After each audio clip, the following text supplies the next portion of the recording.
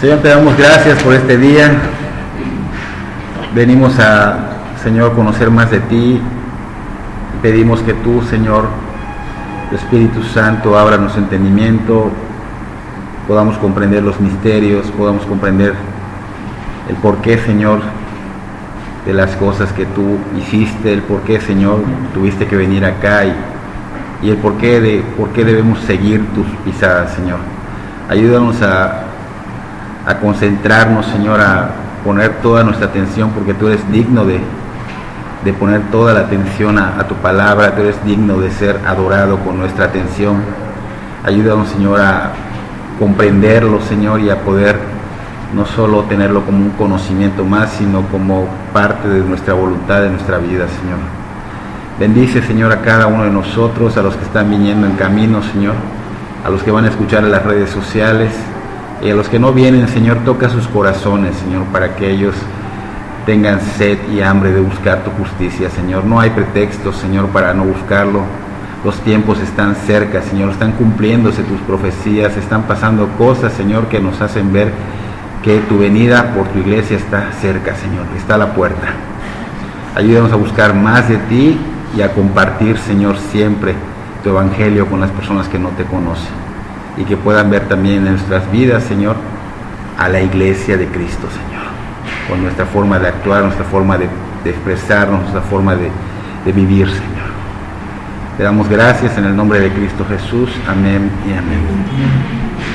Marcos 8, capítulo 8.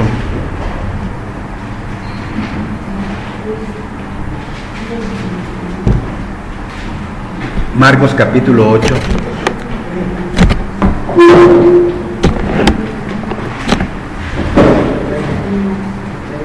Marcos capítulo 8, versículo 22. Vamos a ver hasta el 30. Hasta el 30, pero vamos a dividirlo. Son dos temas. Uno se llama un ciego sanado en Betsaida, y el otro es la confesión de Pedro, del 22 al 30.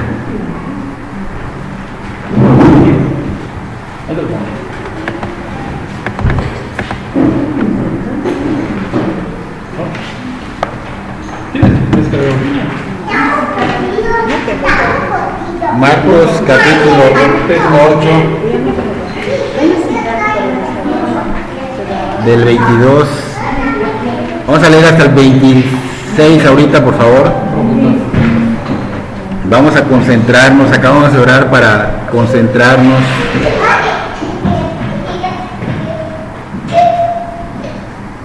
Dice: vino luego a Betsaida y le trajeron un ciego y le rogaron que le tocase. Entonces, tomando la mano del ciego, le sacó fuera de la aldea y, escupiendo en sus ojos, le puso las manos encima y le preguntó si veía algo. Él, mirando, dijo: veo los hombres como árboles, pero los veo que andan.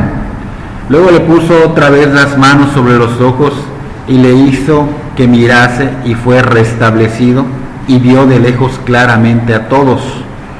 Y lo envió a su casa diciendo: no entres en la aldea ni lo digas a nadie en la aldea. Vamos a hacer una pausa ya. Este es el primer tema que vamos a ver.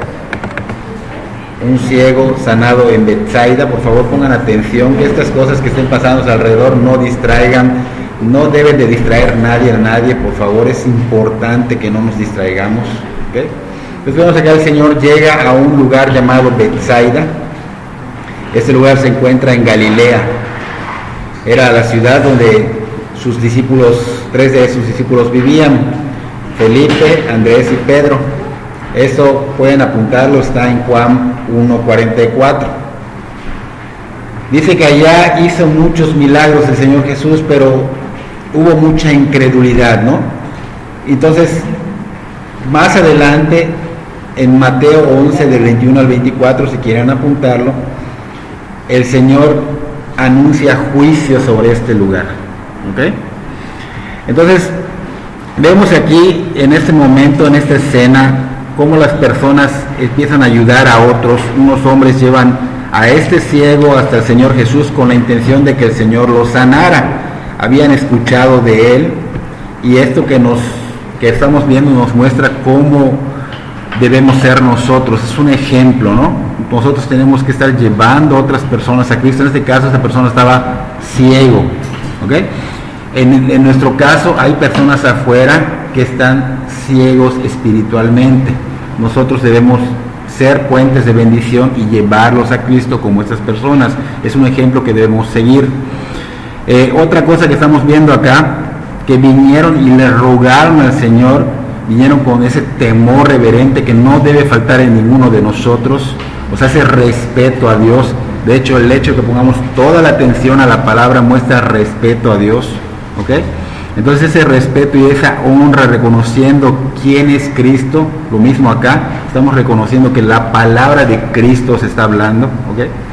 Entonces vemos que el Señor, pues se vinieron hacia Él, le dijeron con respeto, con reverencia, le pidieron que sanara a este ciego, y el Señor Jesús no quiso hacer el milagro allá adentro, en la ciudad de Betsaida, sino que lo llevó a otro lado. Aquí la Biblia no menciona por qué, ¿no? Pero pudo haber sido porque la ciudad iba a rechazarlo, no solo en ese momento, sino más adelante iba a seguir rechazando al Señor. Recuerden que no creían en el Señor Jesús como Mesías. Entonces, otra cosa que podemos también ver es una escena muy hermosa de cómo el Señor pues no lo sana en ese momento, pero sí agarra al ciego y lo empieza a guiar, así como cuando agarras a un viejito tal vez para cruzar la calle, ¿no?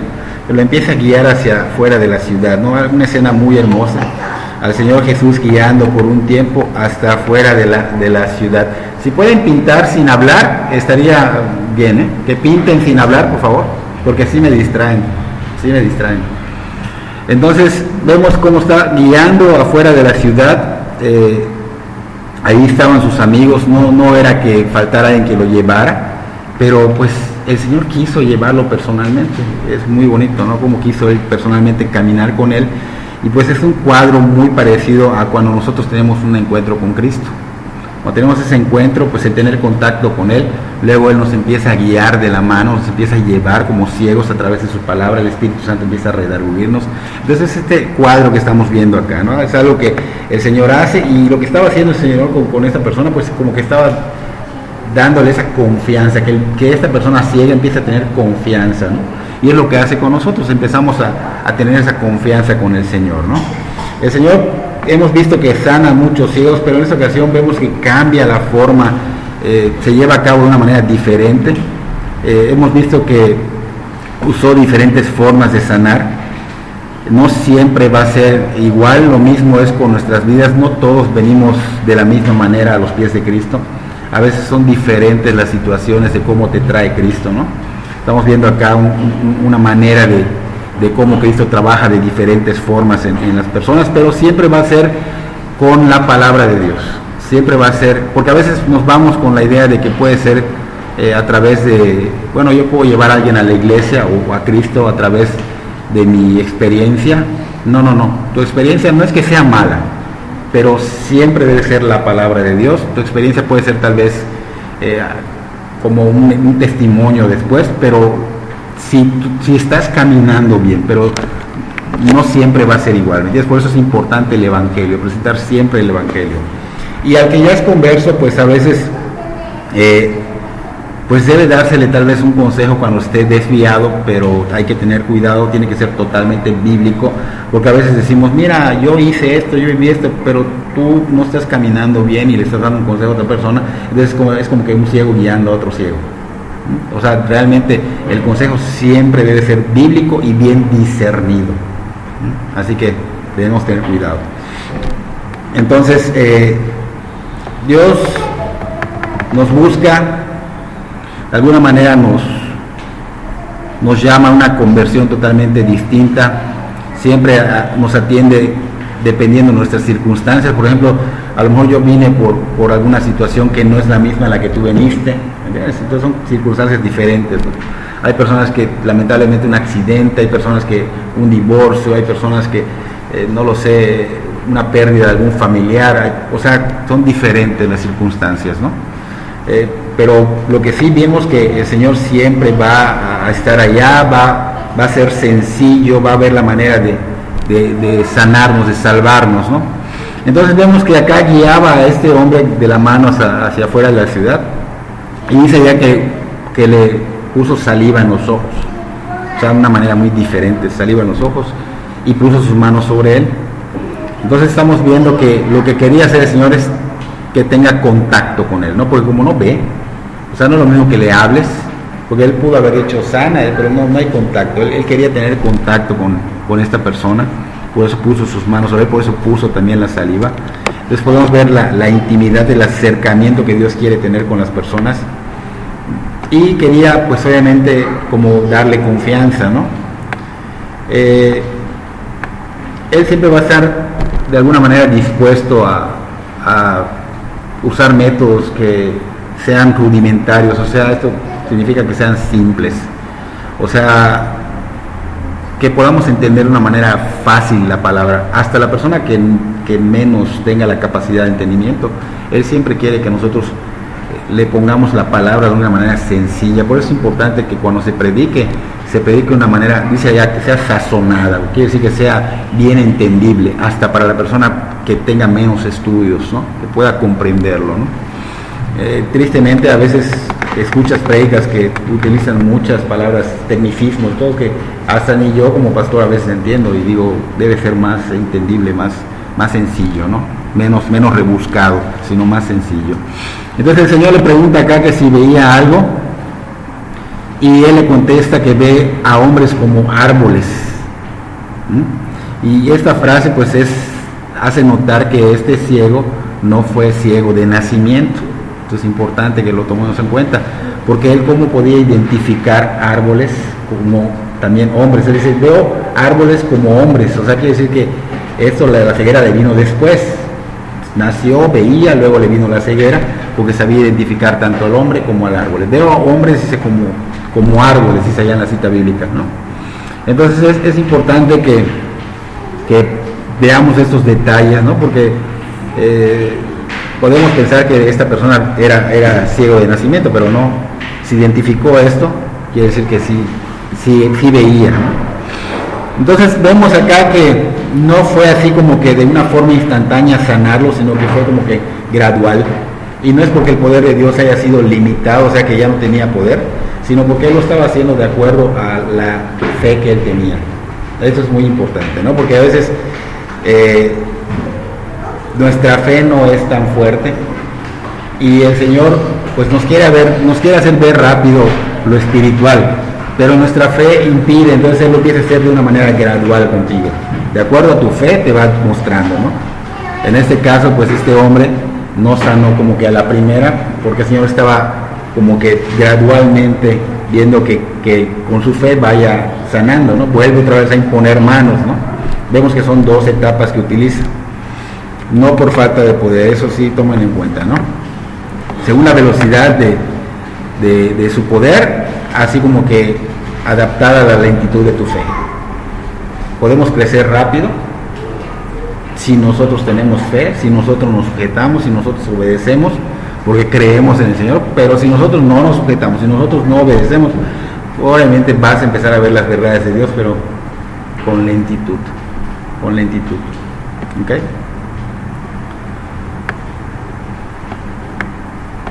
¿Qué estamos viendo acá? Que el Señor, pues este hombre no veía bien, como que iba disipando las tinieblas, o sea, como que iba quitando así poco a poco las tinieblas, ¿no? Gradualmente. Lo mismo pasa con nosotros, como que te va quitando poco a poco las tinieblas para que empieces a ver bien lo que es la luz, ¿no? Hay personas que, no sé si las han conocido, pero hay personas que con una predicación ¡pum!, se convierten, y en meses ya son, wow, crecimientos impactantes. Y hay personas que 1 año o 2 años van lentos. Pero lo bonito es que el Señor tiene paciencia, pero debería ser rápido, ¿no? O sea, debería ser que nosotros tuviéramos esa disponibilidad Señor, aquí está mi corazón abierto, llénalo tú, ¿no? Pero no siempre va a ser así, lamentablemente. Entonces, hay personas que llevan un proceso, el Espíritu está convenciendo de alguna manera que puedan ver la necesidad de Dios en sus vidas, y pues hay unos que tardan mucho y unos que son muy rápidos. Vemos que Él siempre se preocupa por el crecimiento de los discípulos. Todo esto estaba pasando porque se lo estaba enseñando a sus discípulos, como para que vean para que puedan ver quién es Él, porque ellos como que todavía dudaban de que Él fuera Dios mismo allá, como que creían en Él como si fuera pues un hombre de Dios, como lo fue Juan el Bautista, como lo fue Elías, como lo fueron los profetas, ¿no? Entonces Él mostraba delante de sus discípulos todos estos milagros, pero como para que ellos dijeran, wow, este es Dios mismo en carne enfrente de nosotros, ¿no? Recuerden que vimos hace unos meses las parábolas del sembrador y ellos no comprendían los misterios de Dios. Entonces el Señor como que gradualmente les iba mostrando, eran como un ciego ellos, gradualmente, de acuerdo a su fe, les iba mostrando poco a poco, porque eran lentos, ¿entiendes? Eran no como aquella mujer del flujo que, wow, tenía una fe impactante. Ellos estaban muy lentos. Buenas noches. Estaban muy lentos. Entonces vemos que aún les mostró varias cosas, la multiplicación de los panes, sanó anteriormente a un tartamudo, era sordo, ¿verdad? Sordo, tartamudo, y ahorita le estaba mostrando gradualmente, aquí y de alguna manera les iba mostrando como para que ya ellos pues dijeran, oye, Él es el Mesías, el enviado, el de las profecías, porque ellos conocían, no totalmente así de las Escrituras como los eruditos del Sanedrín, pero sí conocían de las Escrituras, porque en Israel es muy dado que a todos se le enseñan las Escrituras, ¿ok? Entonces, lamentablemente no recordaban las Escrituras, que las profecías estaban así como estancados, y eso es lo que no debe pasar en nosotros, porque a veces nos estancamos. A veces decimos, ¿por qué esto? ¿Cómo puedo aprender esto? ¿Cómo puedo hacer esto? Obviamente no estamos dándole la oportunidad al Señor que obre en nosotros y nos empezamos a aflojar. Empezamos muy bien y nos empezamos a aflojar. Entonces, esto es... No tiene que pasar algo grave para que vuelvas a retomar tu velocidad, ¿no? O sea, y ahorita nada más quiero decirles que sí está pasando algo muy grave en el mundo, y esos son señales proféticas, se están cumpliendo. La venida del Señor está muy cerca y lamentablemente nos vemos dormidos. Y estoy hablando de la iglesia en general. ¿Qué significa? Que no solo nosotros, sino toda la iglesia en todo el mundo. Estamos muy dormidos. Yo creo que es hora que despertemos y empecemos realmente a enfocarnos verdaderamente en buscar al Señor. No lo estoy viendo solo acá, sino generalmente, ¿no? O sea, entre todos. Es importante que de veras rindamos nuestra vida al Señor. El próximo tema que vamos a tocar, ese sí está un poquito fuerte y es algo que tenemos que seguir. Deberíamos de seguir como cristianos. Pero bueno, entonces vemos que el Señor se preocupaba porque estos discípulos vieran que espiritualmente que era Cristo, y vemos que el Señor siempre va a terminar la obra en cada uno de nosotros. Lamentablemente, nosotros ponemos trabas, no Él. Pablo decía en Filipenses 1:6, si quieres apuntarlo, dice, estando persuadido de esto, que el que comenzó en vosotros la buena obra, la perfeccionará hasta el día de Jesucristo. Déjame la pluma. Gracias. 1:6. Entonces el Señor siempre va a terminar su obra. Los discípulos estaban lentos, sin embargo Él iba a terminar la obra con ellos, porque ellos tenían que comprender bien los misterios, porque ellos iban a seguir el plan perfecto de Dios. Entonces Él tenía que mostrarles, abrirles bien los ojos para que ellos pudieran comprender cómo se iba cómo iba a estar el reino de Dios en la tierra, o sea, cómo iba a empezar esto, ¿no? Cómo iba a iniciar, porque ellos lo veían como si fuera un revolucionario, o sea, pensaban que a lo mejor iba a venir Cristo, iba a formar algún grupo y se iban a ir contra Roma, pero no era de esta manera, ¿no? Entonces él tenía que ver la manera de que ellos comprendieran cuál es el plan de Dios, o sea, cómo iba a ser, no como ellos creían, ¿no? Y entonces algo que tenemos que tomar en cuenta nosotros, que sí, la obra la va a terminar en nosotros, pero no sabemos cuánto tiempo de vida tenemos nosotros. O sea, podemos decir, bueno, a lo mejor de ancianos, ¿y qué tal si no? Entonces, digo, bonito sería que lleguemos a la presencia del Señor y nos diga, bien o buen siervo fiel, ¿no? A que lleguemos así como que entra, cuando pasa un examen de panzazo, le dicen, porque pues tu salvación no la vas a perder, pero lamentablemente tus obras o la forma en cómo llevaste tu cristianismo, pues el Señor dice ya que va a ser una especie de juicio para el cristiano, ¿no? Y va a ser triste que veas que no hiciste gran cosa, ¿no? Porque no se te ve. Y digo, me apunto, así apunto a alguien, me apunto yo, así. Pero sí es triste ver que no tengamos esa pasión por Cristo, que se vea la pasión, que se sienta, que como estos hombres y mujeres que eran como nosotros, comunes y corrientes en la Biblia, cómo se apasionaban por llevar el Evangelio, por compartir, o sea, no se molestaban por nada más que servir a Dios. Eso sería bonito, ¿no? Ahora, vemos que el Señor le dice a este hombre ex ciego, ya no ciego, ya restaurado, no entres en la aldea ni lo digas a nadie en la aldea. Vemos que le está prohibiendo entrar y le está prohibiendo decirlo.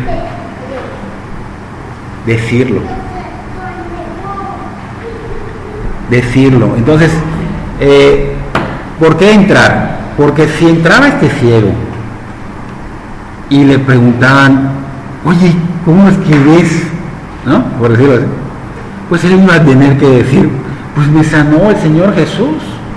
Entonces por eso le dice, no entres ni cuentes, porque no quería que se divulgue por dos razones. Una, no quería acelerar el proceso de la cruz porque estaba en el tiempo perfecto, ¿entienden? Si él contaba, y muchos contaban, esto podía hacer que los romanos y los del Sanedrín pues movieran esto más rápido y la cruz llegara rápido, y no, Dios tiene sus tiempos, ¿okay? Y la otra cosa es porque el pueblo de Israel pues quería un salvador, pero como un revolucionario militar, tal vez un político que viniera a liberarlos de la opresión de Roma.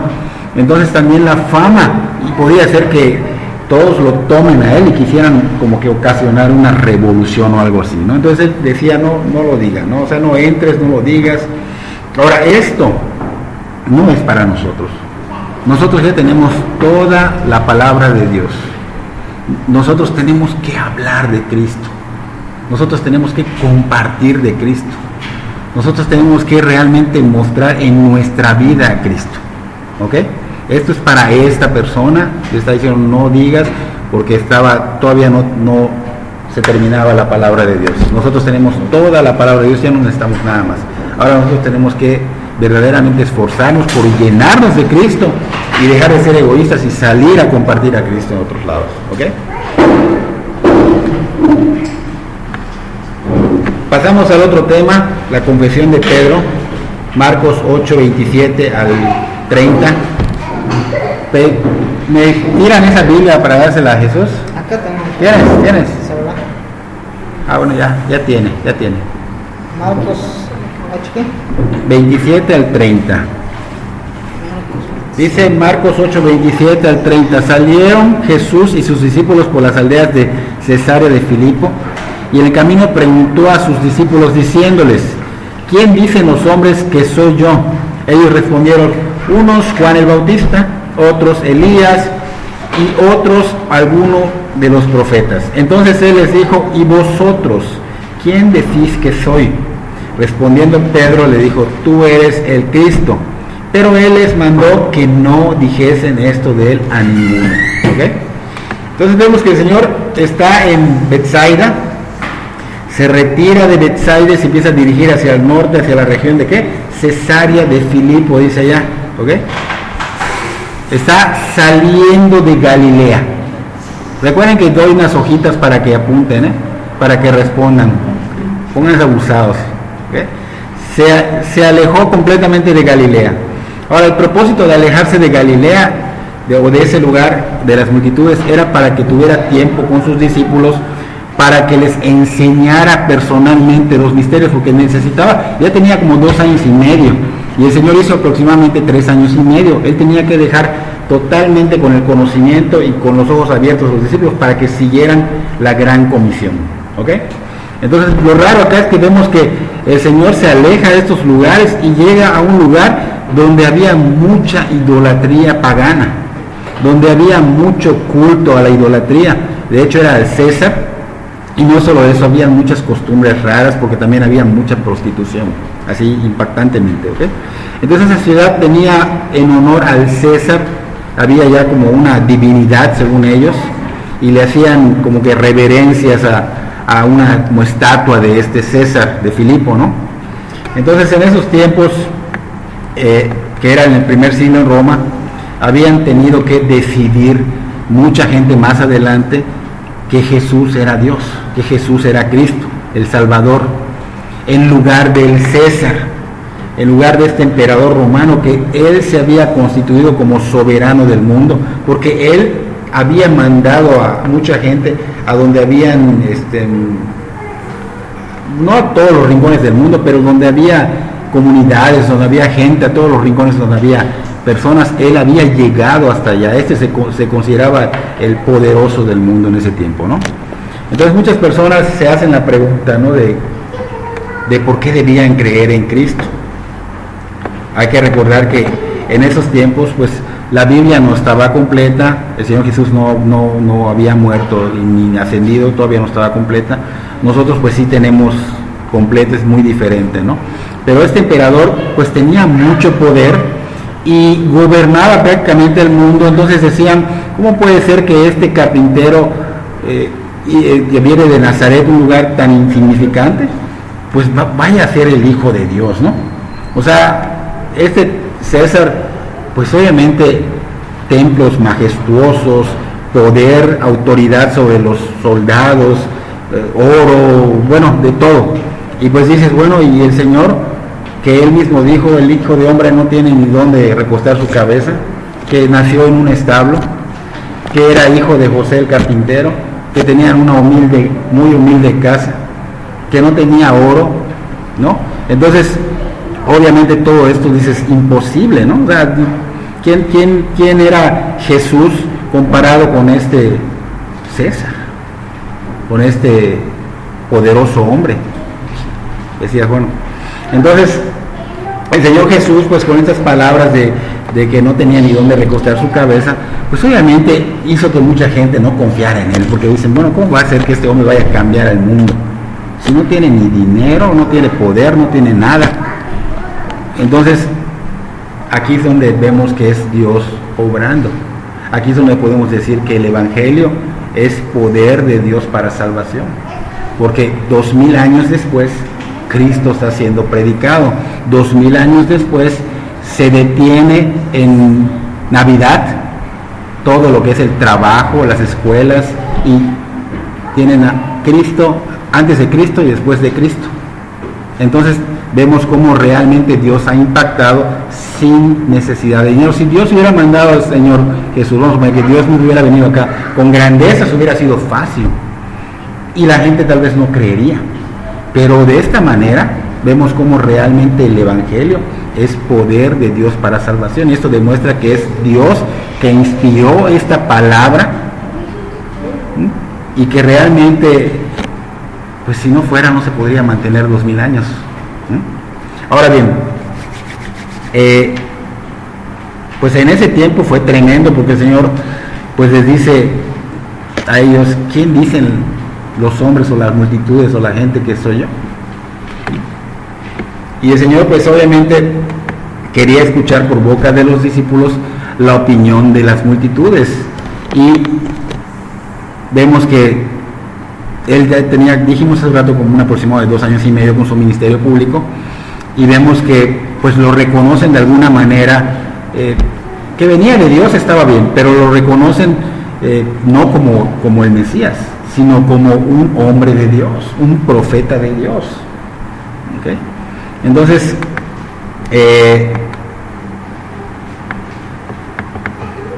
el Señor no hizo esta pregunta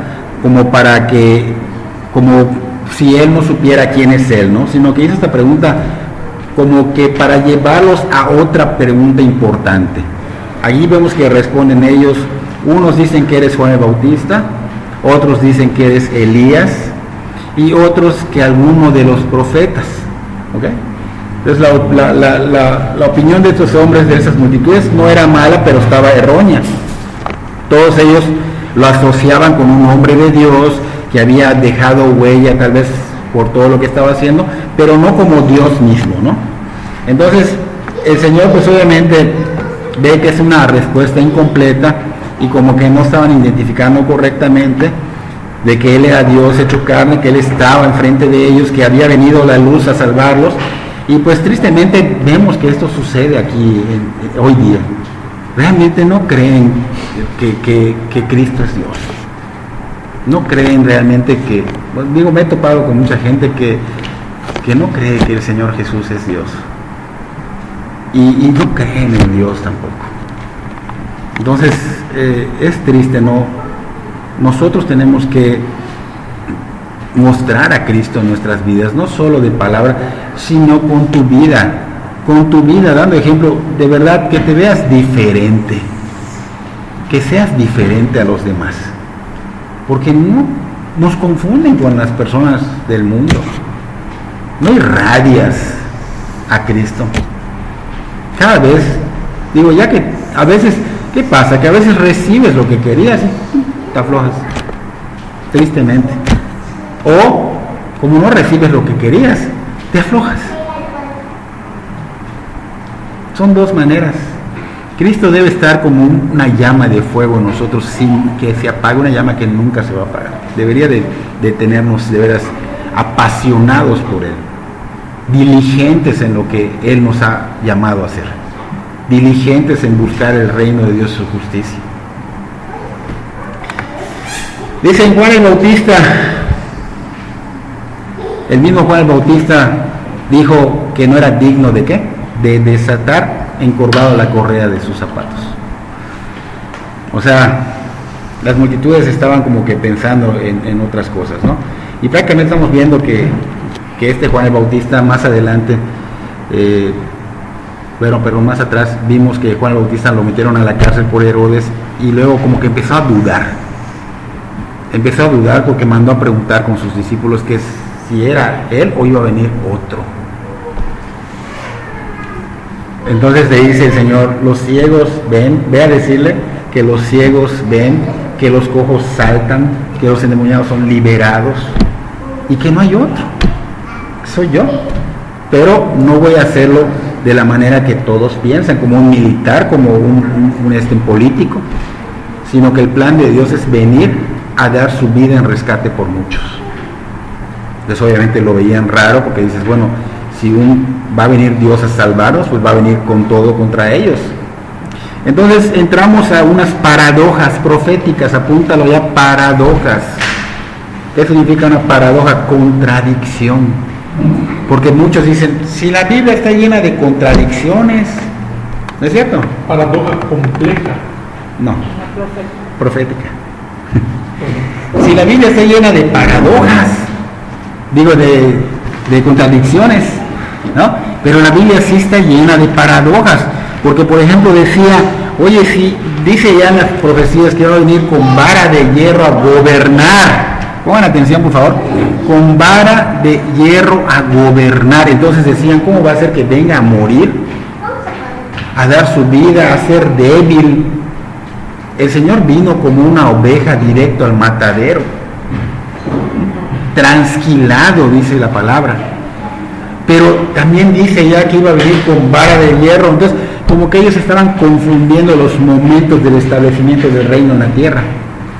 Porque el Señor primero iba a venir como oveja a morir, pero luego va a venir como león a traer juicio, con vara de hierro. Entonces ellos como que estaban asociando que en su primera venida Él iba a establecer el reino de esta manera, ¿no? Estaban como confundidos. Por eso le dice a Juan, manda a decirle a Juan el Bautista, mira, los ciegos ven, los cojos saltan, y así, o sea, les hace ver, ¿no? Que Él es el Mesías, no es yo soy, prácticamente estaba diciendo, ¿no? Y así sucede con la gente. Mucha gente pues no lo cree, y pues allá está en tu vida reflejar verdaderamente a Cristo, ¿ok? Ahora, dice acá el Señor, los lleva a la pregunta que era más importante, ¿y vosotros quién decís que soy yo? O sea, estaba bien que los discípulos supieran que las multitudes decían que era o Juan el Bautista, o un profeta, o Elías, ¿no? Pero el Señor quería llevarlos a ellos era la finalidad, llevarlos a ellos a que ellos puedan ver quién es Él. Ustedes, ¿quién dicen que soy yo? Y eso es algo muy importante para nosotros. ¿Quién creen ustedes que es Cristo para ustedes? Porque esto va a ser parte de lo que es la salvación. Si tú no sabes quién es Cristo para ti, si tú no conoces a Cristo verdaderamente, si tú no reconoces que Él vino a morir por ti, que verdaderamente es Dios quien vino a salvarte y resucitó y está a la diestra, y que no solo se trata de que me salva y ya, sino que se trata de negarme a mí mismo, se trata de morir, de tomar mi cruz cada día y de seguirlo, creo que no eres salvo. Entonces el Señor les pregunta a ellos, ¿quién? Y pues los discípulos tenían así como que temor de hablar porque no sabían qué decir, pero Pedro pues se le reveló, Dios Padre le reveló en ese momento, le dice, tú eres el Cristo, el Hijo del Dios viviente. Y dice el Señor como que no sé si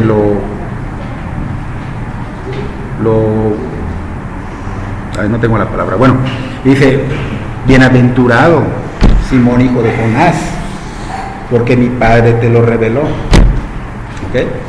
Entonces vemos que pues Pedro había recibido por revelación del Padre, no es porque ni siquiera se dio cuenta él, de pronto lo dijo, ni sabía que se le había revelado, ¿no? Pues tanto tiempo que estaba esperando que ya dijeron, wow, cuando lo dijeron los discípulos quedaron así, y el mismo Pedro dijo, no, pues si este no es un profeta como común, corriente como los demás, este es Dios hecho carne, es Cristo el Mesías que vino a salvarnos. ¿Ok? Entonces ya como que ya se le habían abierto un poquito los ojos más, como al ciego que sanó, pero todavía faltaba otro toque, ¿ok? Como que era gradual, porque ellos todavía no comprendían cómo iba a establecerse el reino de Dios. Entonces tenía que darles otro toque final para que ellos pudieran, ellos estaban viendo como aquel ciego, ¿no? Veo a los hombres pero como árboles, ¿no? Así estaban ellos viendo el reino de Dios, ¿no?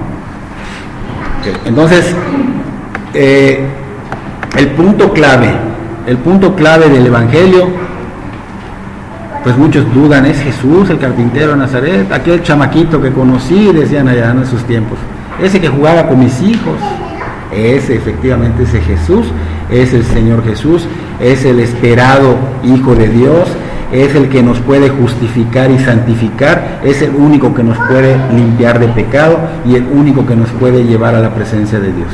¿Okay? Los discípulos estaban ya convencidos, dijimos, pero no totalmente.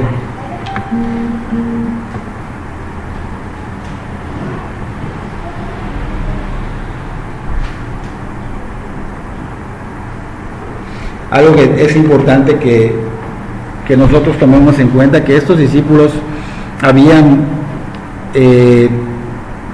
logrado librarse de la levadura de los fariseos. Lo vimos creo que antes de que empecemos con las prédicas de las fiestas estas, tenían que liberarse de la levadura de los fariseos y de la de Herodes, ¿no? Y eso es algo que nosotros también tenemos que tener cuidado de no caer en esa levadura, ¿ok? Dice acá que les mandó a decir que no dijeran nada de esto que habían ellos escuchado, pero ¿por qué se los prohibió?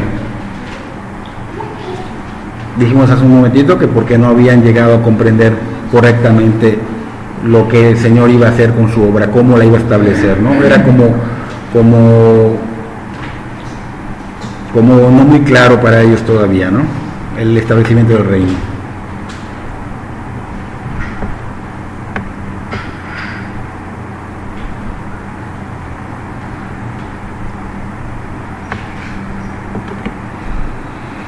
Ahora, volvemos, es que ya dije todo lo que tenía que decir, pero me adelanté.